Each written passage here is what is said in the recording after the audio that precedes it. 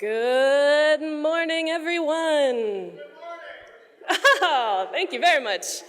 Enthusiastic crowd on this fine Thursday morning.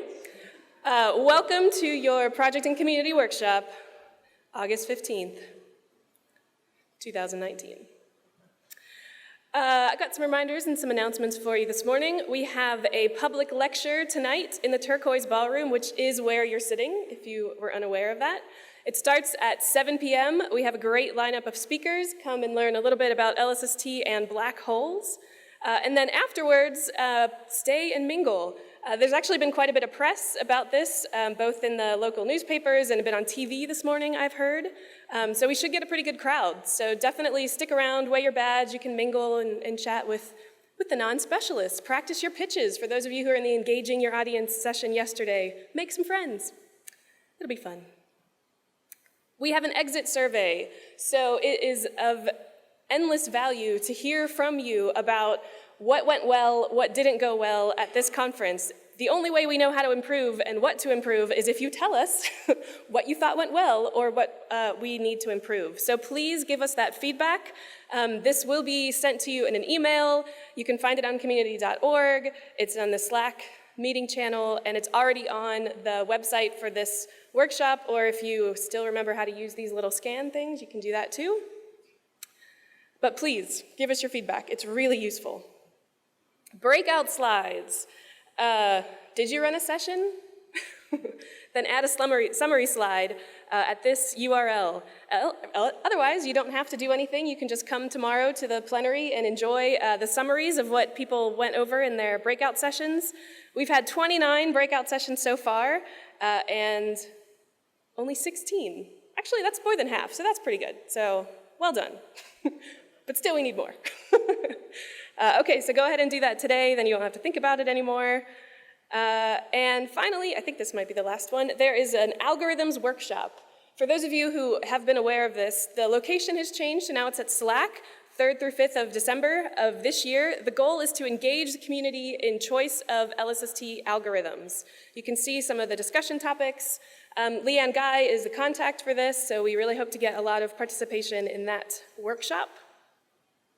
And so this is your play-by-play for this morning. We're going to have our next round of lightning stories, and then we'll hear about integration and commissioning. I should have said that more exciting. And then we'll hear about integration and commissioning. And then we'll have a tea break. Okay, I'm going to stop for a second.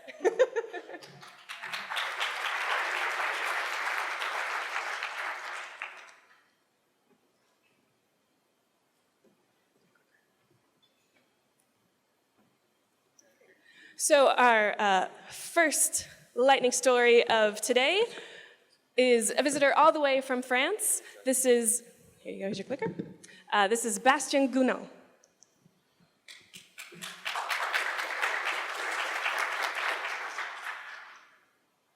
Thank you.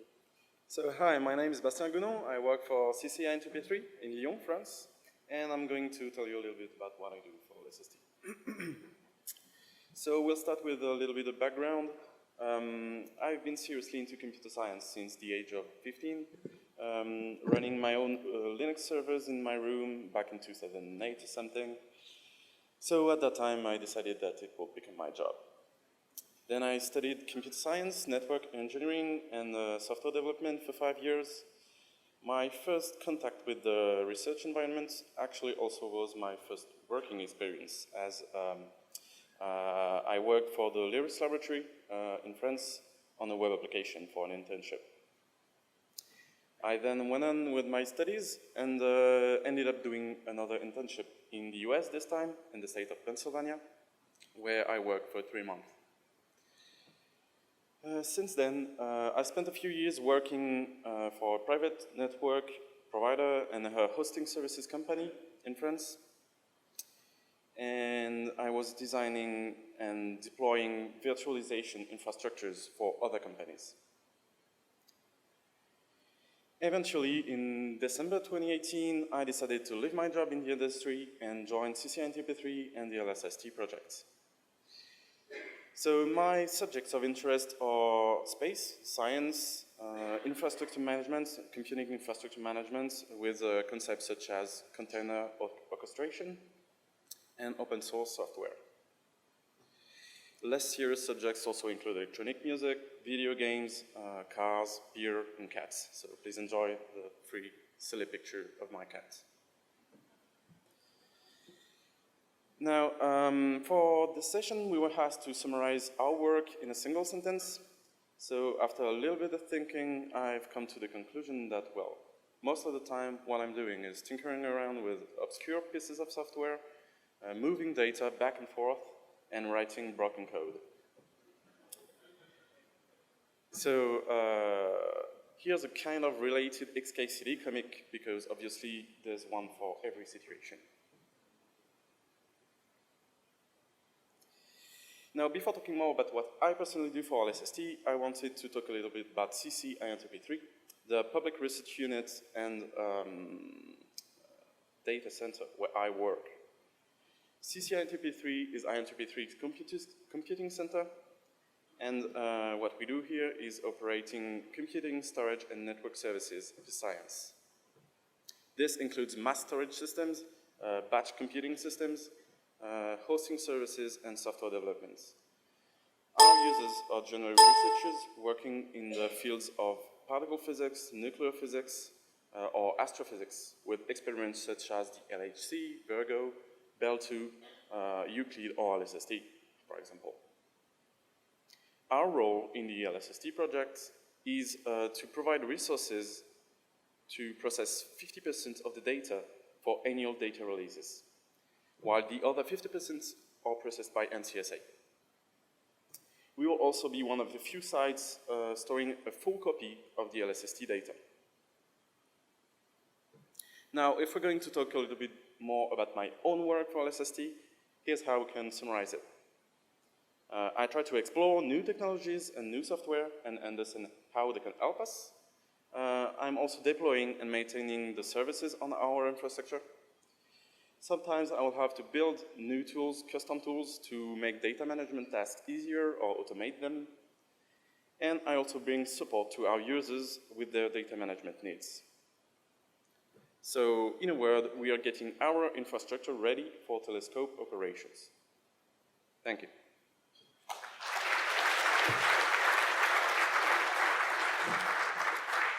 Thank you very much.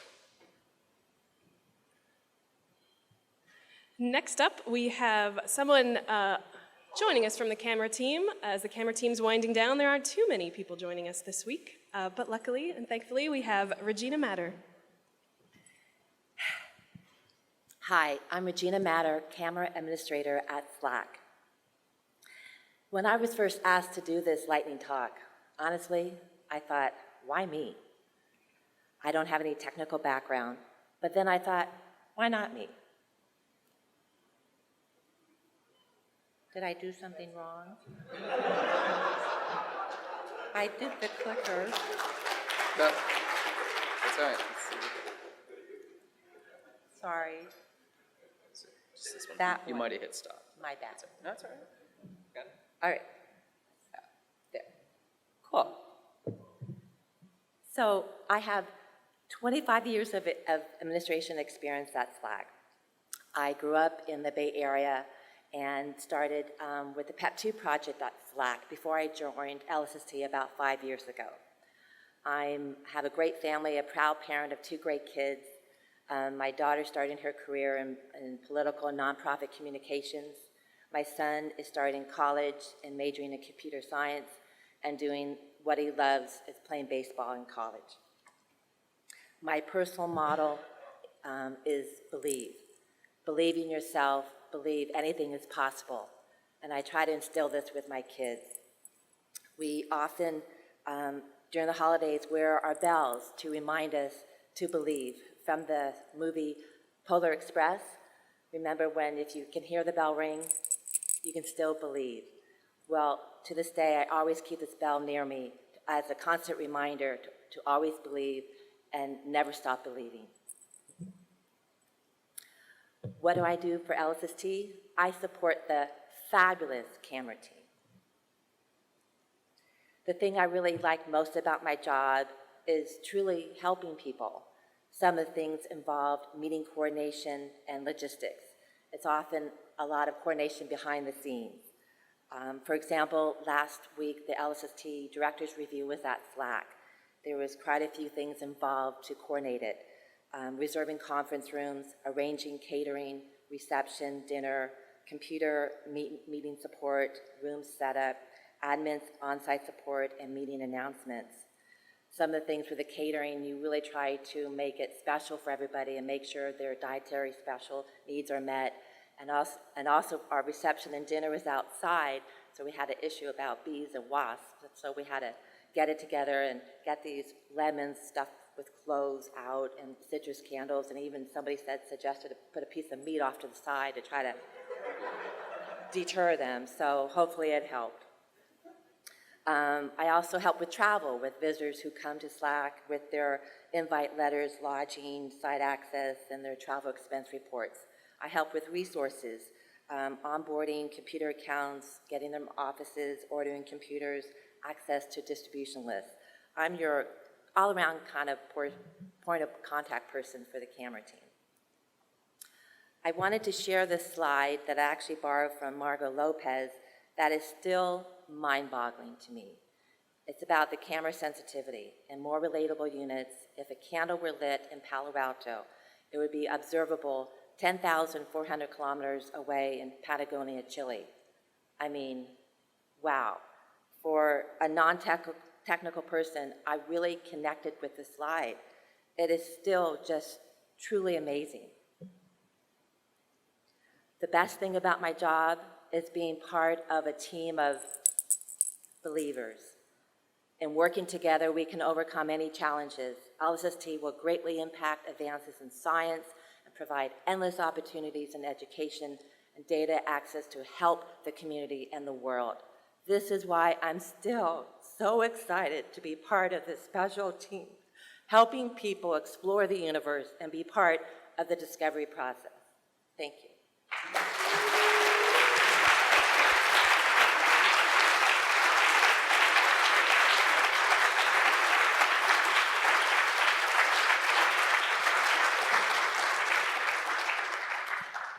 Thank you, Regina. Our next speaker has a couple videos, so again, as in yesterday, if you didn't mind turning off your Wi-Fi to reserve that power, I will, without further ado, bring the next contestant for Lightning Stories. Look to the back of the room, Emily! Emily Costa!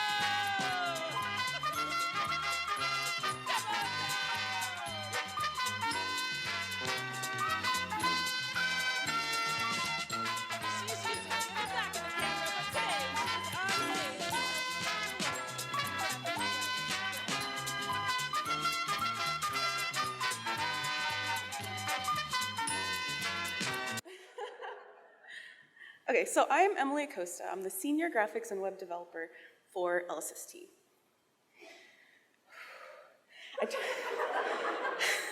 I tried to get out of doing this talk so many times. So who am I? I was a waitress at Waffle House for 9 years before I came to LSST. I'm trying.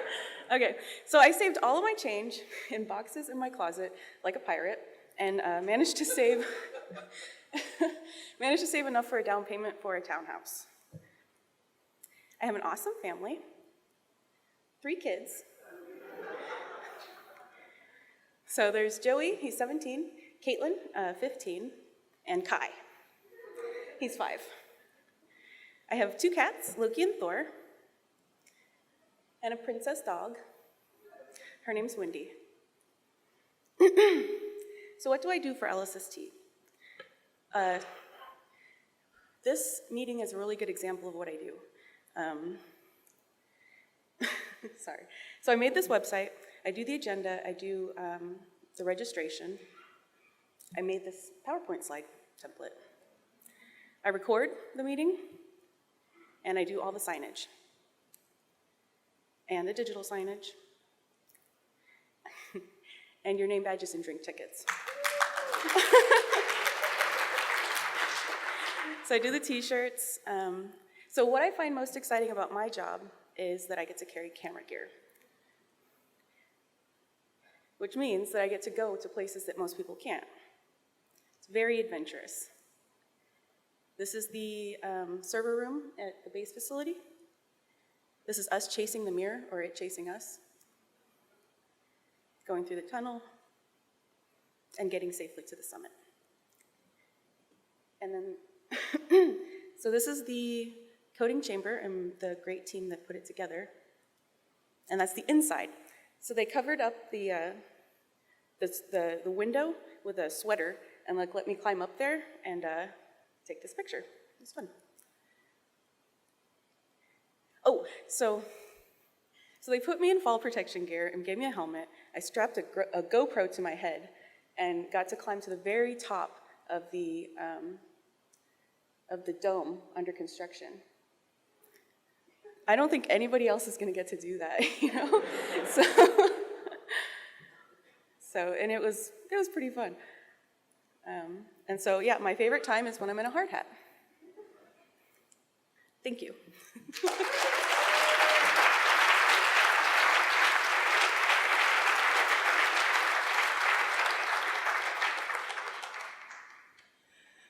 Okay, not as exciting going down the stage. We're all winded. Thank you very much, Emily. That was excellent. You can see most of these photos and videos on gallery.lsst.org. Little plug for that. And next up, we have from Chile, Juan Fabregat Cortez.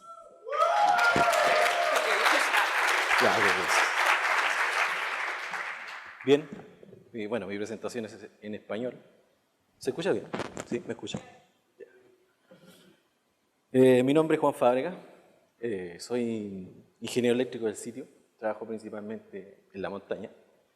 ¿Ya? Soy ingeniero eléctrico y también estudiante de ingeniería civil industrial.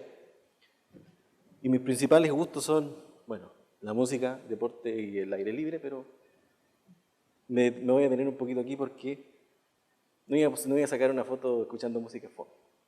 Y tampoco haciendo mucho deporte porque levantando peso también es fea la foto, ¿cierto? Esa es la mejor. Soy padre de una hermosa hija, ella se llama Laura y está por cumplir 1 año de vida el próximo mes. Verán que la familia le hace un gran evento cumpliendo 1 año, siendo que ella no tiene idea de que va a cumplir 1 año. Pero ahora sí. Soy parte del equipo de LSST en Telescopio Site, en la montaña, y mi principal rol es mantener el edificio con vida eléctricamente. Esto incluye desde la mantención de la línea de alta tensión hasta los subsistemas que están adentro del edificio. Requerimientos de distintos subsistemas también. Mi principal dedicación hoy es integrar mi especialidad eléctrica también a la ingeniería civil y darle también otra connotación también al edificio. Mi experiencia nunca fue telescopio, nunca me vi tampoco trabajando en un telescopio, siempre en minería y en líneas de alta tensión. Nunca me vi tampoco trabajando ahí donde estoy ahora. Línea de alta tensión y la cápsula de los mineros rescatados. Líneas de alta tensión también. Ese es mi principal trabajo, o sea, mi principal experiencia. No cambia, quiere decir que no cambia en el lugar donde yo esté, nunca va a cambiar. La electricidad siempre va a ser la misma. Yo llegué el año 2017 al sitio verificando en realidad que todas las leyes se cumplan de acuerdo a la construcción. La misión mía era regular las especificaciones técnicas prácticamente. Durante el 2018 el edificio se entregó para ser implementado e integrado con distintos subsistemas.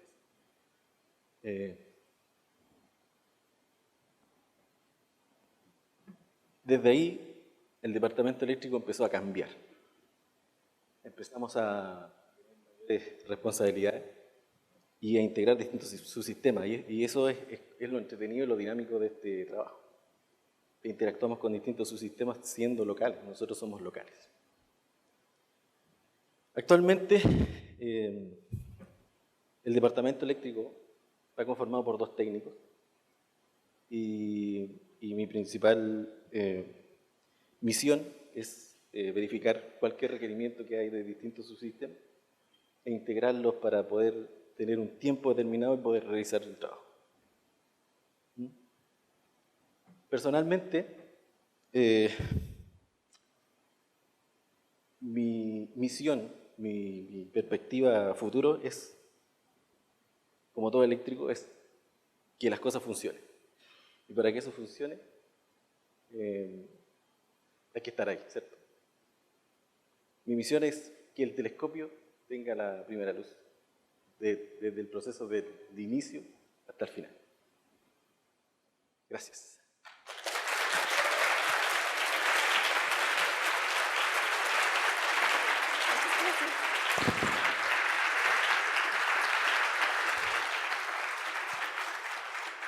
And thank you for your attention. I just want to give one more round of applause for our lightning stories for this year at the Project and Community Workshop. Thank you all.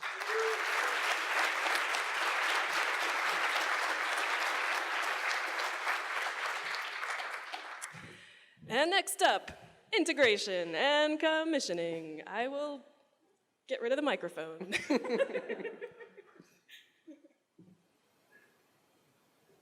All right, are we on? You're on. Am I on? Sounds like you're on. All right. One more announcement before we get started. In case you didn't notice, we're actually in a desert. Take care today. It's supposed to be 110.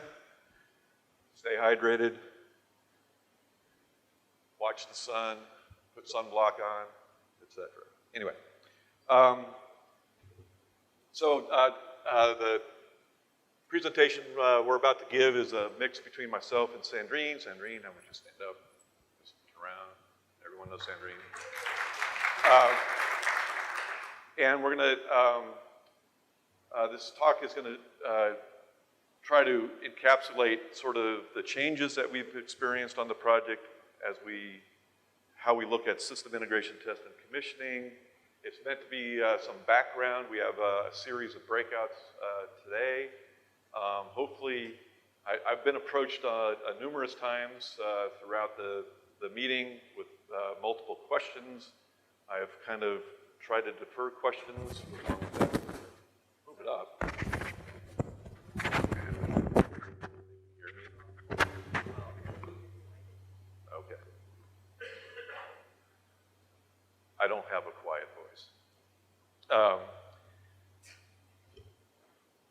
We will try to summarize kind of what the mission of this effort is, and then talk about the things that we're doing now, and then Sandrine will talk about what our plans are moving forward, how those have changed, and then hopefully that'll answer some questions, and then we can follow up in the breakouts with some of the more details of discussion. So, without further ado, what's the mission? Mission is to answer 3 fundamental questions. Did we build what we said we were going to do? That's verification.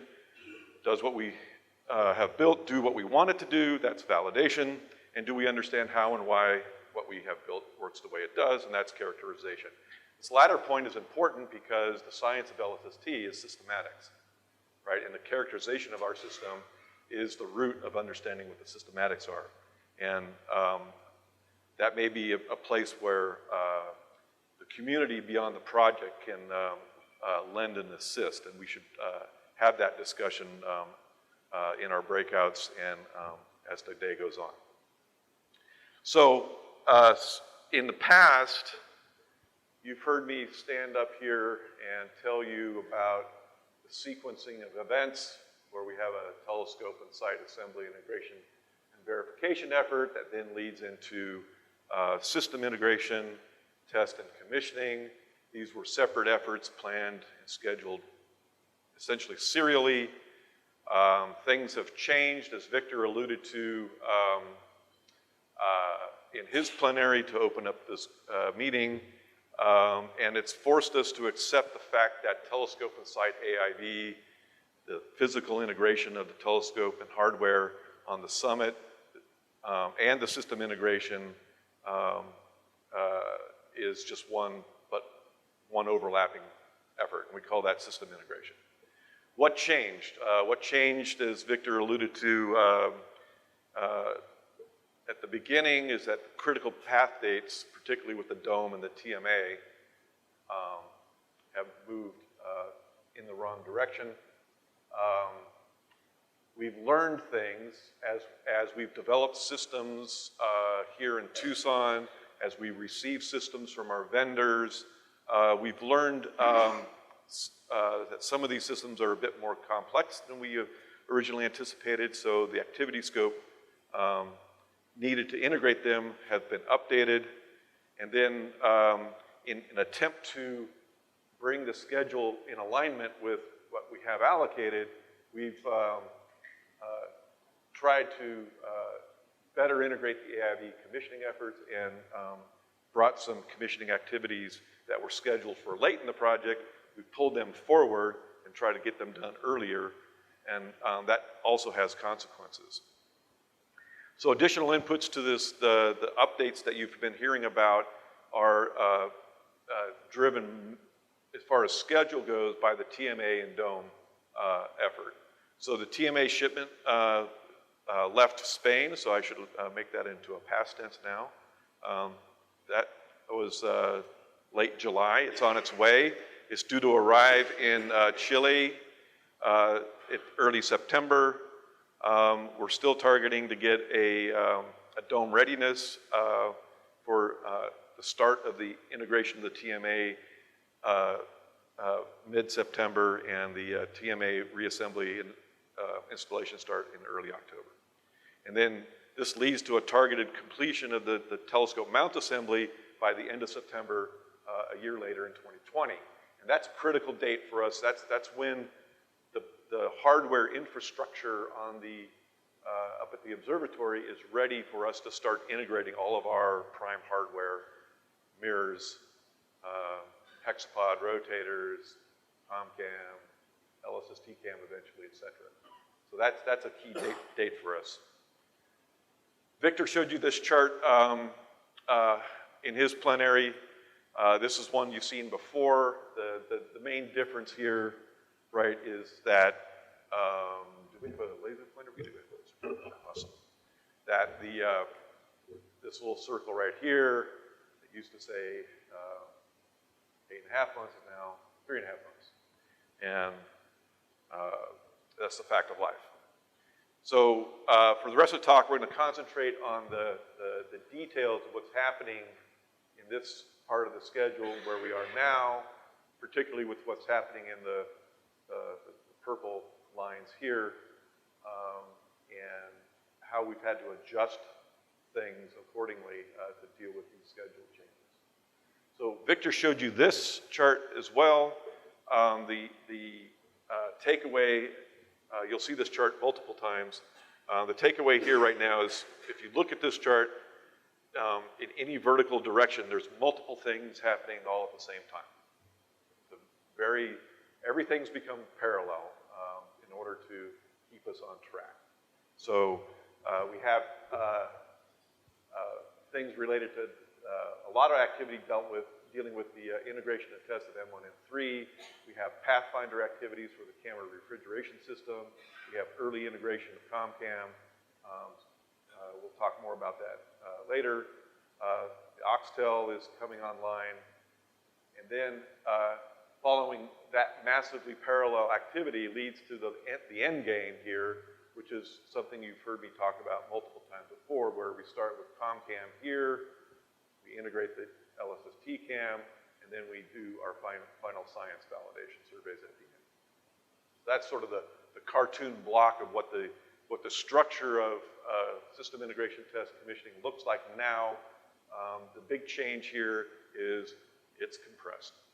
Right? It was strung out before, kind of a serial effort. It's now squeezed.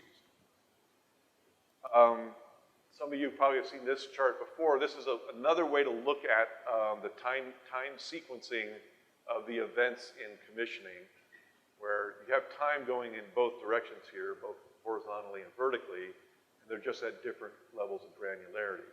So for both, this vertical column here is the time sequencing for ComCam, that then follows the time sequencing for LSST cam, which then follows the science validation. So both ComCam and LSST cam share an initial phase of technical integration. This is where we're physically putting the hardware on the system, integrating its command control software, the data exchange, the data transport, etc. We had planned to then follow that technical integration phase with some sustained observing, is what I call it, sustained observing programs that were designed to push data through the science pipelines and get the data management team and the science validation team working on the verification validation of the science algorithms using real LSST data. And that also follows suit with the LSST cam. And then these green boxes represents the final end game, where basically you can think of these as dress rehearsals for operation. We have two mini surveys. The first one is split into two components that are designed specifically to test the alert production processing. So we first take data to create templates. While those templates are being processed, we do mini survey number 2, which is designed to test the data release processing. And then at the end, we take those templates and we do alert processing validation. Unfortunately, because of the schedule compression that we've experienced, in order to recover schedule, we've had to scale back the planned observing with ComCam. So this 3 months of time is now, it's sort of waiting in the wings, but it's officially off the books. I will have more to say, but I think what we will find out that because we're moving integration of ComCam earlier in time, that this technical integration part will proceed more quickly than we currently have scheduled, and we will still get significant amount of observing data out of ComCam for the early science pipeline testing. So looking at this in another way, that in words, that the whole plan is actually structured in several phases. We're in this phase here right now, what I call phase 0. That's happening today. I'll much more to say about this, but we're basically designing the tests, specifying the verification requirements, converting those test and verification requirements into executable code, testing the executable code on existing data and simulation data, and getting ready for real data coming out of the system as it comes together. We're doing some early integration activities. I'll have some words to say about that coming up later. And then once all this early preparatory work is mature and the system is ready to integrate with the TMA ready to go, then we have these 3 different phases, including with ComCam, the full LSST cam, and then final science validation. So a few words about what we're doing now. We're setting up systems for environmental monitoring. These include things like an IR camera to continually do a thermal audit as the systems come together so we can monitor the thermal footprint inside the dome. We have small instruments that we're developing to actually monitor the turbulence in the dome. Brian Stalder, who's been walking around throughout the conference, he's been working hard on getting our 2 DIMMs, the differential image motion monitors, set up and so we can reestablish our seeing measurements at the site. We haven't had seeing measurements on site for more than a decade, and we're within a couple of months of actually turning those systems on. So in this picture here, we have one that will end up on top of our DIM tower as a permanent DIM. Then we have a second that is a portable DIM that allows us to move it around either outside the facility or even inside the facility to monitor the properties of the turbulent conditions in and out of the facility. The DOE-led commissioning team has been actively preparing for the arrival of the LSST cam on the summit. Here you have a little montage of the clean room and white room. They're both clean rooms, just different levels, that will be used to reassemble the camera, the LSST camera, once it arrives in Chile. These are now fully functional. They're have met their cleanliness spec. They have been provisioned, and clean room protocols are now in place for entry and exit, and we look forward to using these facilities coming down the road to, first, I think ComCam will show up and use this space, and then LSST cam will use this space. The Refrigeration Pathfinder, this is an effort to do early testing of the camera refrigeration system in Chile to prepare for the camera arriving. And so this is an ongoing effort. Kevin Reel and Margot Lopez, Diane Haskell, and others from SLAC have been leading this effort. They do this in a series of sprints. And the most recent sprint, they were able to lay the Refrigeration Pathfinder plumbing, set up some of the vacuum pumps that are necessary for cleaning out and purging the vacuum lines, setting up the valve manifold that will be used not just for the Pathfinder, but it will also be used for integrating the camera when the LSST cam arrives in Chile and undergo its re-verification. The Pathfinder has its own heat exchanger system that's about complete in fabrication in SLAC and about ready to be delivered to Chile. So in the next several months, we will be receiving the compressor cabinets, and we'll be starting the system up in earnest before the end of the year. The Oxtel, heard a little bit about that. The hardware integration has gone along fairly well. We've got all the optics installed. The telescope team, Patrick and Tiago, are busily working out the command and control aspects of moving this telescope. You may have seen a video of this telescope doing coordinated motion with the dome. That's working. This past July, just a month ago, or less than a month ago, we got first light through the system. And here in Tucson, we have set up a summit-like network for testing the instrumentation. That's ongoing. And we spent some time at this conference here in various breakouts talking about what exactly we need to do with the Oxtel instrument here in Tucson as a system integration effort before we send it down to Chile and get it ready to go on the telescope. So that's underway as well. And that's primarily a software integration effort more than a hardware effort. ComCam is playing an important role as a pathfinder and a leading effort in the pre-integration activities, if you will, prior to the LSST cam showing up. Very quickly, ComCam is a one-raft camera, uses the same science sensor as the LSST cam, has a 3-element corrector, very similar in design to the main camera's correctors, just smaller. We have 6 filters for the LSST cam, although we only use 3 at a time. One thing that happened over the past year is we planned to have the raft inside ComCam was supposed to be one of the engineering rafts that the camera team has developed. And we had an opportunity with some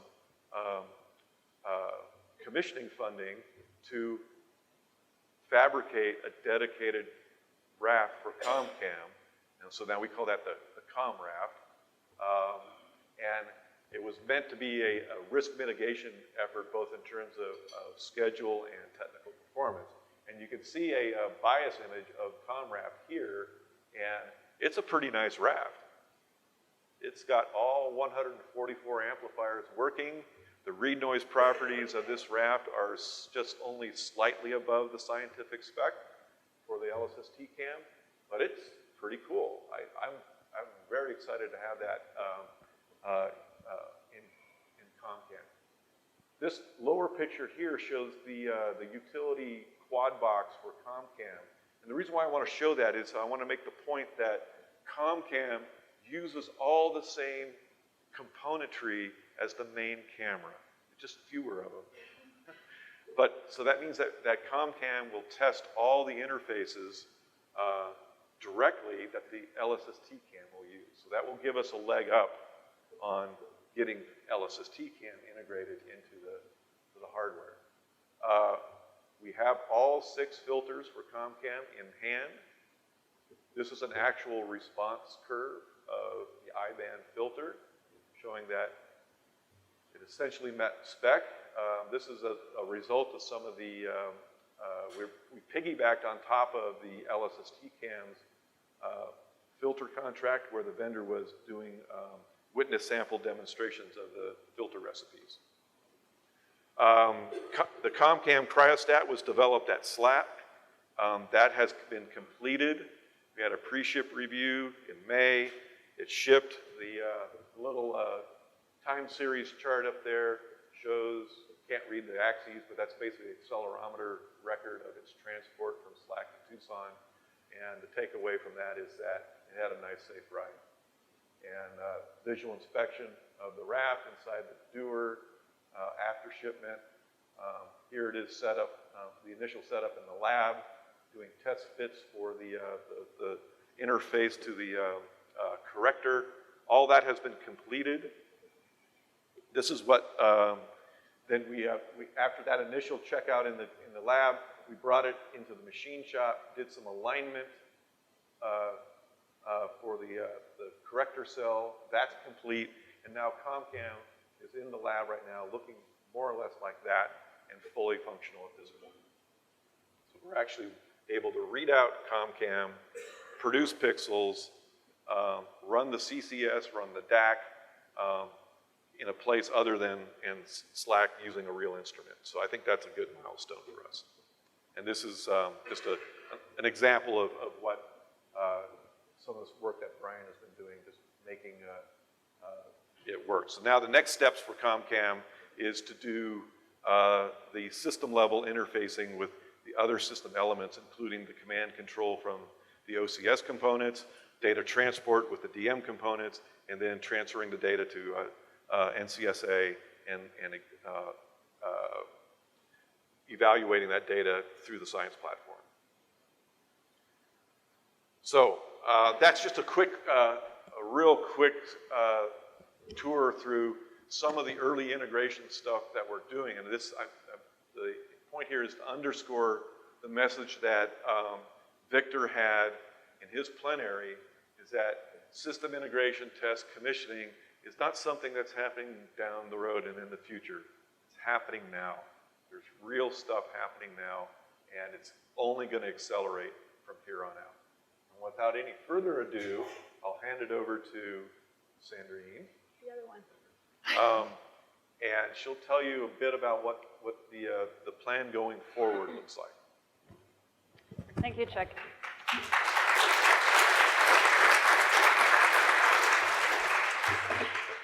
So first I want to do a test because I don't have a strong voice. So can you hear me? Okay, good. So Chuck went through, but they heard me. So Chuck went through some of the activities that actually already happened, are on the way, either in Tucson or on the summit. And what I'm going to take on right now is more what's happening right now and what's going to happen in the next year, year and a half. So that's on that chart. I'm not going to put that down. So here are the dates, a little bit more of the dates that Chuck already mentioned. I'm not going to go through all of them and let you read them, but one thing to emphasize again is that a lot of things are happening in parallel, especially in the fall right now. So what we need to really focus on is carefully look at the logistics and the resources that we need, and both on the summit and also in Tucson, or potentially in a community if there are some interest. And the goal for the next year is to have a TMA, a mount assembly, ready in October 2020, September 30th, but then start doing installation of the mirrors in October 2020. So what I'm going to do right now is go through the lines, a few of the lines, and then explain a little bit what's going on. So I'll start with what's happening right now at the summit, which is the M1, M3 integration sequence. Some of the people in Chile couldn't travel to this conference because they're very, very busy putting our system together. And those pictures that you see on the chart right now actually were taken this week. I detailed the integration steps. We have the assembly of the cart, assembly of the surrogate mirror, which you can see both on the top and on the bottom right here. And then integrating that mirror surrogate on the cell and start putting the actuators together. But this is pretty impressive. That's a very big milestone that was achieved this week. And so what went into this milestone was really understanding the people. So we knew that we had to leave some people behind, fortunately, for this conference, and also the logistic. So we have this graph right here represents what we call the maintenance floor. We have different floor on the observatory, and this is the last floor before you go take the lift and go into the dome.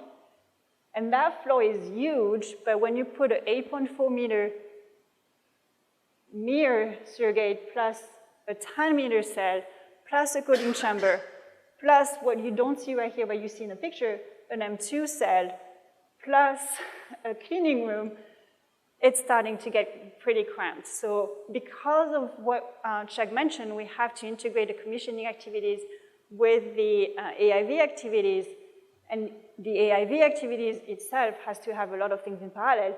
We have to really have a good understanding of what's happening in the clean room. In a maintenance floor. So that's the takeaway of that slide. And then the other thing that's going to start in parallel with that in a month, as I mentioned, is the TMA installation. So the TMA, if you recall the presentation from Victor, the TMA is right now in a boat going towards Chile. It was shipped on July 29th. So the big pieces are happening, are getting to the site very, very soon. So we have to also understand a lot of the logistics and work with the team to see what we can do in parallel. Again, we mentioned that a few times, but the TMA and the dome are a little late. We have a lot of things happening, so we will need to work with them to understand what we can do to accelerate the process. And one very interesting step is to integrate the M2 hexapod, which is not a deliverable from the TMA vendor, to the TMA itself and put that top-end assembly. So the top-end assembly is this piece right here, where you have the spiders, we have the electronics, so all that will go on the telescope, and we will put the M2 hexapod with it to accelerate the process. Another activity that will happen, and is really showing the coupling between commissioning and AIV, is installing the cable wrap that allows the whole camera to rotate with the camera hexapod rotator and eventually ComCam. So I'm going to go through that in more detail in a second. And then in November 2020, we will have gone through 5 months of system verification.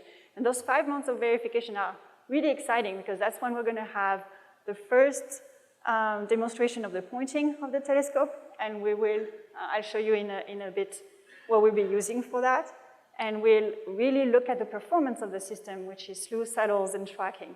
So then you'll start actually really getting into the performance of the telescope and the science that we'll be able to do with that telescope.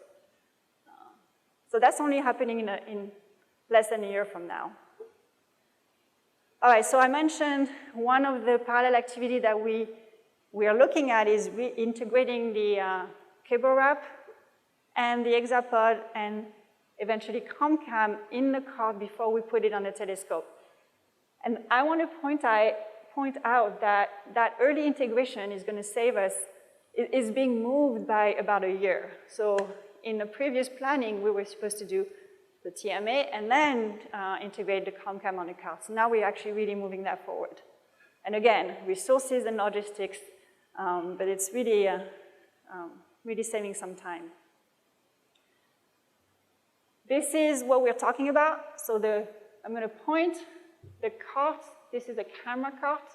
It looks kind of small, but it's really big. To think about the camera, it's 1.5 meter, 6 meter high. So this is a huge thing.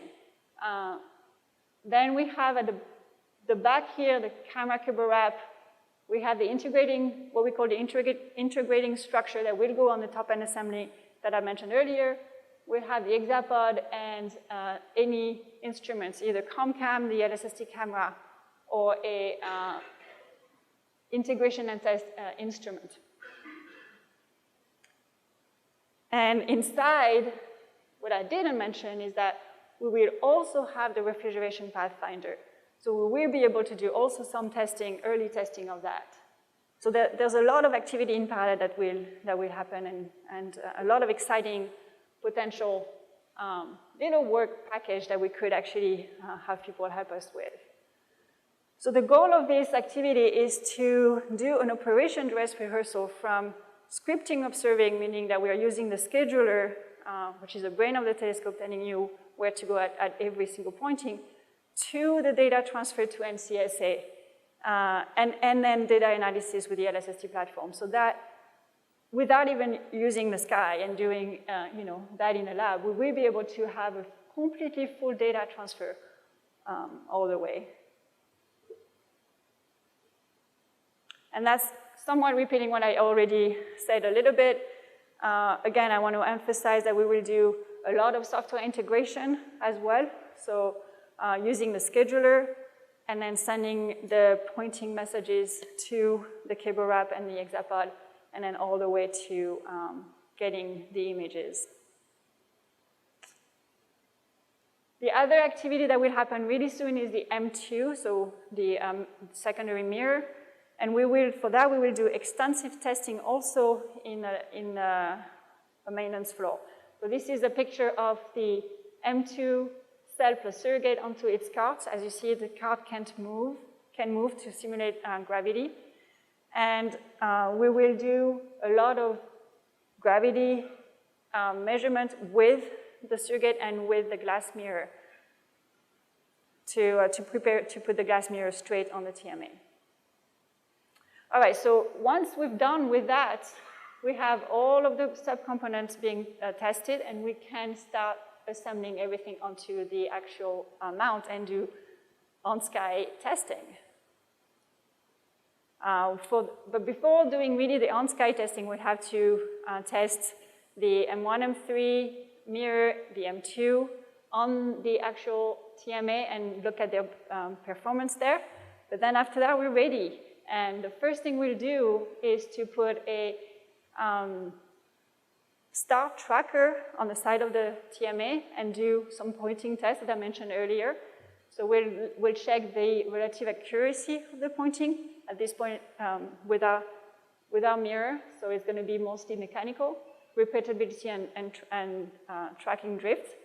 We actually have right now that star tracker in the lab in Tucson, and we're doing some integration and test on it.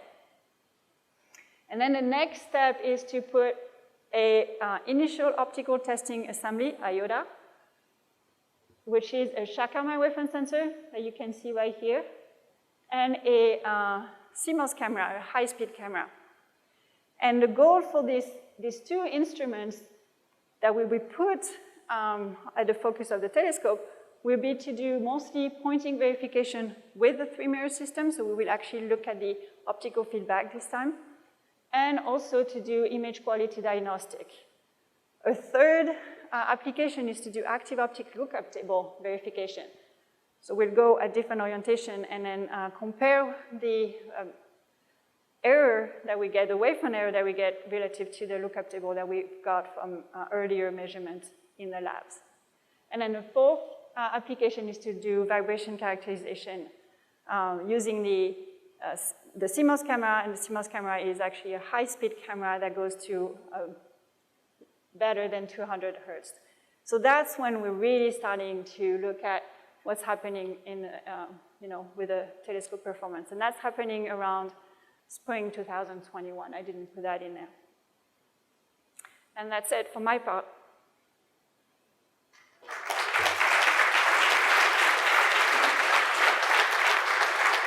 Thank you, Sandrine. Right. Thank you. Okay, we'll round out the talk with the end game of what we have been calling commissioning. As I mentioned earlier, you've seen this chart. We start off with ComCam, then transition into LSST cam, and then do some science verification validation at the end. You just saw this picture from Sandrine. This is ComCam. One of the important functions of ComCam, in addition to being this early optical test science camera, mini science camera thing, is this Refrigeration Pathfinder. That's a critical element of ComCam to do. Basically what that does is that we hook up the Pathfinder to the plumbing on the telescope mount, and that'll be the first time we run refrigerant through that plumbing. So that plumbing has to be cleaned out, evacuated, purged with dry nitrogen, charged with refrigerant, and then run and allowed to come into equilibrium. There we go. And this is the sequence of events that happens.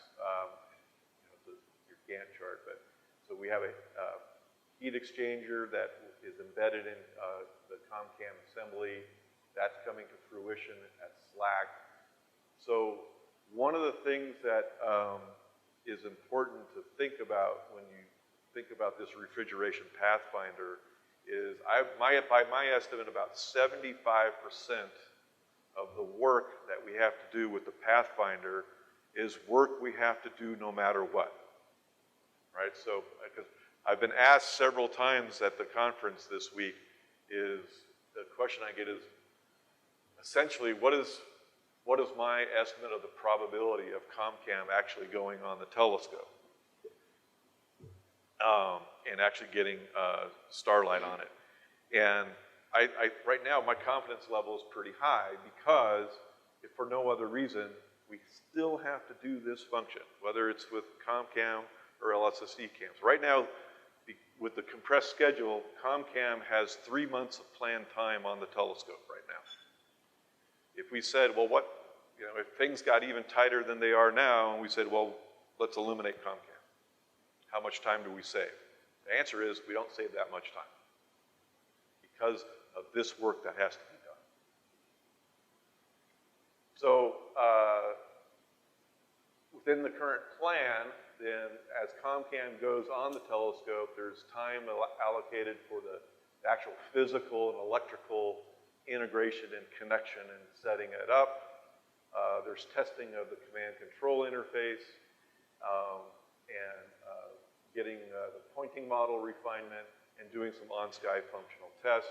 Of course, as soon as we're at this phase, we're also doing calibration measurements using the in-dome calibration hardware and starting to truly characterize the LSST sensors in their operating environment. And that's important because I think many of us who have built instruments for astronomy before know that our instruments perform one way in the laboratory and they perform another way when they're on the telescope. And then the primary mission of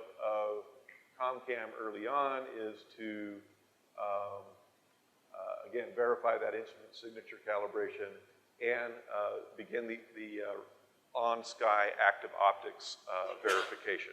So somewhere out there, I hope in the audience is Bo Jin. Bo Jin has done quite a bit of analysis and simulation work to show that we can do an awful lot about characterizing the active optics system of LSST with just ComCam. And we had a breakout session yesterday on wavefront estimation led by David Thomas. That was very illuminating for me, and it's gotten my ideas going about how we would actually do that with ComCam and the different methods that team members have been developing. We have at least 3 independent methods for estimating the wavefront now, which I think is really fantastic. And we can try all 3 methods out with ComCam and validate their effectiveness before we have to do this with the LSST cam. Full system integration and test follows ComCam. This is just a list of all the things that have to happen that are part of that effort. So for those of you that may not know, the LSST cam effort is kind of divided up into 2 pieces. There's the DOE MIE piece, which is the fabrication of LSST cam. That concludes with a working camera at SLAC. And then the second piece is what we call the DOE commissioning piece, and that then picks up the ball with the camera at SLAC, gets the shipping taken care of, integrating it, re-verifying it, starting up the refrigeration system, all the various testing that has to go on, and then operating the camera in Chile throughout the final stages of the project. The camera team has been busy developing and detailing the plans for shipping. There's some plans in place now to do some test runs with some of the surrogate masses so we can understand the kind of loads and vibrations that the camera will experience. I'm told I got 5 minutes, so I'll speed up. This is an example of what the integration stand that the camera has developed. It actually exists at SLAC. This is the drawing, or the CAD model is configuration for how it might look when we're doing the re-verification in Chile. This thing is a beast. It's huge. You get an idea that there's that person standing there, and there's some logistical constraints that are challenging us right now in terms of all these parallel activities happening in the level 3 maintenance area. Again, same kind of sequence: physical integration, installation on the TMA, getting the utilities connected. There's a period of time where we pump the camera down, start up the refrigeration system, get it cooled down, and then we go through essentially the same round of testing that we did with our planning to do with ComCam, but now we're doing it at full scale with the LSST cam. Lastly, at the very end of this, I won't say at the very end, but throughout this, as we produce data, whether it's ComCam data or LSST cam data, we're feeding that data to through the science pipelines. And the data management team, as part of their continuous development and integration effort and test, are running their algorithms on existing data or simulated data. And then as soon as we get real data, we hand that off to them, and they start pushing that data through their science pipeline to start essentially re-verifying the science pipelines as we go. Now, so that's sort of a high-level pass-through of what we're doing now, what we have planned in the near term, and what we have planned in the long term. The other thing I wanted to mention is,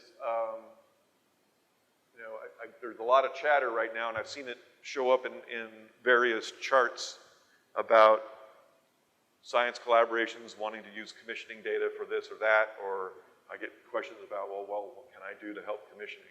And I think that'll be an ongoing conversation throughout the day, but I just want to have a few words as I conclude. So the main commissioning team is the project team. I mean, we have a job to do. We signed up to do a job to commission and verify the system as we specified it. But we have this vision, and the details were still, frankly, just to be fully honest with you all, that we're still working out the details for exactly how this would work. But we're envisioning that there would be an extended commissioning team that would involve people outside the project from our community. And what we're going to need from you is, and what I think in the next, I don't know, I keep saying this, but we're going to make a concerted effort to make this a reality. Find some mechanism for you to be able to inform us, you know, things about what is your availability to travel to Chile, how long can you travel for, what expertise do you possess, and what we intend to do in the next several months is start coming up with concrete work packages of defined work. Right? It's not this do whatever you want to do. If you want to be part of this extended commissioning team, we need you, we are asking you to do defined work for us. And we're going to start defining what those packages are, and we'll find a mechanism to communicate those and publish those, and people, you can propose to do that. So, caveats. We can't pay you. The project can't pay you to do this. But we're asking you to do real work, and at the level of committing to doing that work through some formal agreement like an MOU. Ideally, you would be expected to spend some time during the commissioning period at one of the primary LSST sites. But what's in it for you? What's the carrot? Open access to everything we learned during commissioning. Got it. I got 30 seconds. And a deep understanding of the LSST data before the survey starts. So there was a breakout with Bob Marshall, or Phil Marshall and Bob Blum. I'm just trying to be efficient. About the role of early operations and making the data available. So if you're just simply curious about learning about LSST data for whatever purposes, you're free to do that. You'll do that when the data become public. But if you want to help us out doing real work, we bring you into the team, and then you get immediate access and help us out directly as we go forward. So with that, I will stop.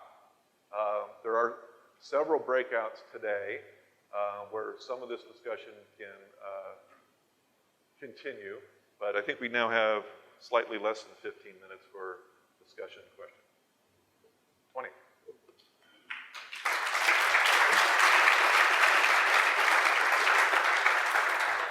So, microphones are on the periphery, and Michael Strauss is the first to the microphone.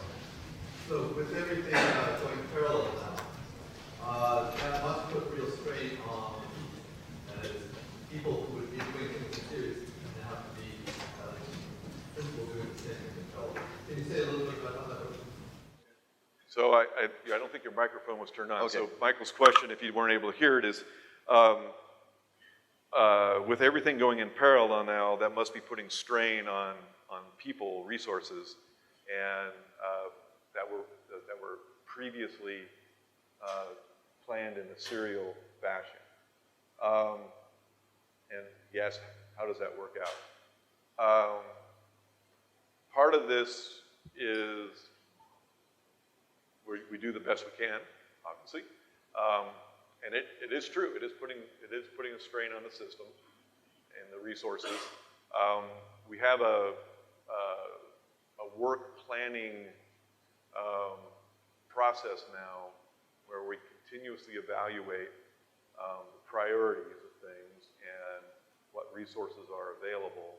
And honestly, so the commissioning team on my side, in the past had been largely occupied with planning exercises. Now I'm starting to direct some of those people and resources to actually integrating with the telescope integration team, actually helping them out. So we're getting more materially engaged in supporting that. So that's a little bit of extra resources in a time frame where previously we said, well, those resources only get applied later on. So we're saying, okay, we're going to move some of those applications earlier and help out. It's a challenge. I mean, this is something that I work with Steve and Victor on a daily basis on how to manage our resources. And I would add one thing. Oh, do I stand Go up? ahead. Is it on? Yeah. The other thing that we've been doing for M1M3, for example, we had 2 people that worked previously with us, but they were subcontractors. So one from CADE and one from the Mirror Lab, and we did hire them back for a shorter period of time to help us doing the integration of M1M3 in Chile. So that also is something that we are looking at doing. Yeah, that's a good point. So another resource we have available to us is hired help, basically. So for some technical effort, we can hire outside help to free up some of our own our more specialized resources to do the more specialty things going forward.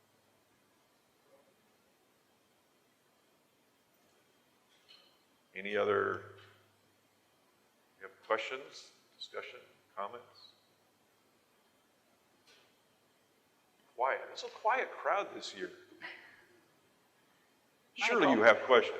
Okay, I'll try to warm them up then. At which of the project sites during commissioning will Jeff be organizing soccer games? That's a question for Jeff. No, it's a question for the safety officer. Sorry, which Kevin? It's Kevin. Hey, Kevin. Great, what was the question? The question at which of the primary LSST sites is Jeff going to be organizing the soccer matches? For commissioning, the commissioning soccer team. I think playing on the summit might be fun, but we'll have to check with the safety team. It has to be Chile. Yeah, if you do it on the summit, you better get some aerobics in now. Everybody's quiet. Okay, so I'm very glad to see that you are extending the commissioning team to handle all the tasks, with also a laundry list and things that people will have a clear way to see how to contribute for that. Well, as there are a lot of international contributors who are thinking how they can Microphone just died. Okay, so let's try it without the mic. So, would this be a way to value in-kind contributions for international partners? I know that probably you are not the one for this political aspect, but if it's clearly helpful for the project, I guess a lot of people should be willingly to contribute to that.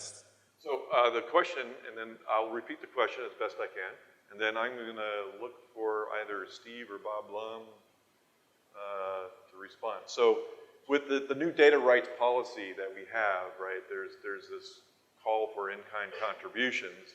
And the question was whether or not the international contributors could participate in this extended commissioning team as a way of in-kind contribution. I hope I got that right, roughly. That was the question.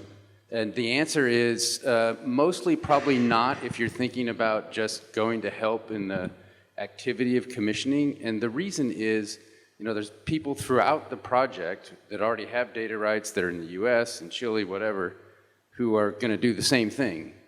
So what we would be looking for in the in-kinds is added value, things that are not already kind of in the plan, as it were. So it's probably not going to be just directly participating in commissioning would be an in-kind contribution. That's not to say that there aren't maybe some things like some tools that could be developed or that would be useful during commissioning. That's the kind of thing that we're thinking about right now, and we will give more guidance on what those possibilities are when we put out our solicitation that we've been talking about in the next month or so. So stay tuned. Thanks, Bob. Yeah. Steve.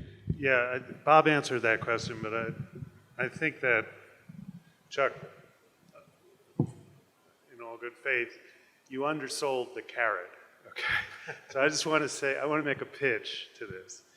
And I want to say this particularly for the younger people on this project. This is $1 billion project. $1 billion projects come around once every 20, 30 years. There will be a 1 to 2 year period when we are figuring out everything about how this project works to get ready for science. That's a once-in-a-lifetime opportunity. You shouldn't miss it, okay? If you're interested in astrophysical experiments, thinking about the future, if your career is maybe you want to be a key person building the next big thing, you want to be on that summit in 2021. You should talk to your advisors about it if you're a graduate student, or your mentors about it as a postdoc. But this is really a fantastic opportunity. And I think all of us who will be involved are excited about that. Some of us have experience in previous projects before, but it's very rare that you get to be one of a relatively small number of people that are going to figure out how to run and operate and understand $1 billion scientific experiment. So I really want to make that pitch. If you're just considering this, really take it very seriously and don't pass up this opportunity. Thanks, Steve.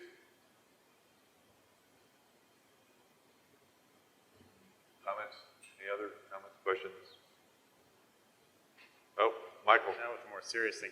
To build, but in a different direction. I totally agree with what Steve was saying. In a slightly different direction. On the first day, we heard about job opportunities like right now.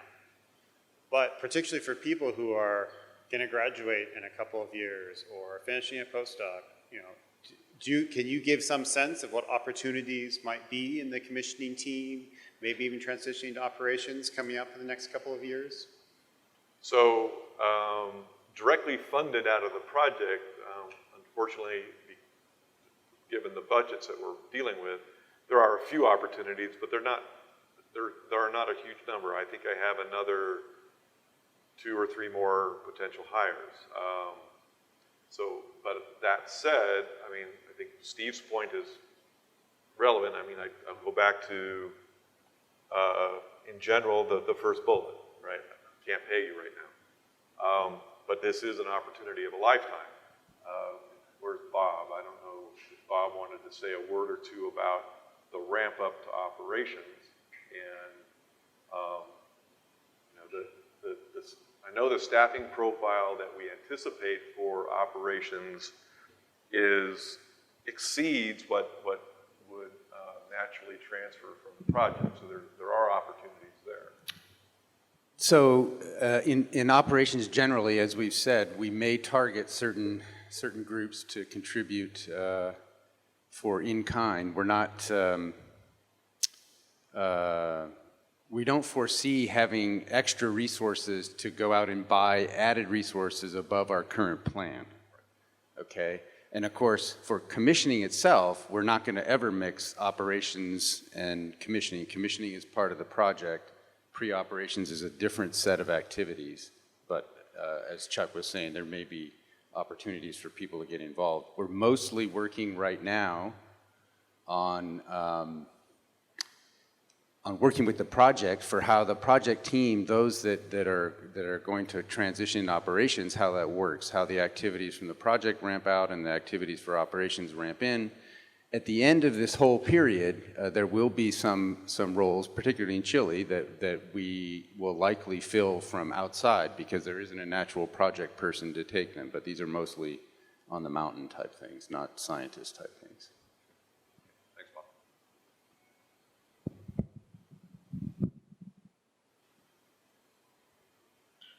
Any other questions or comments?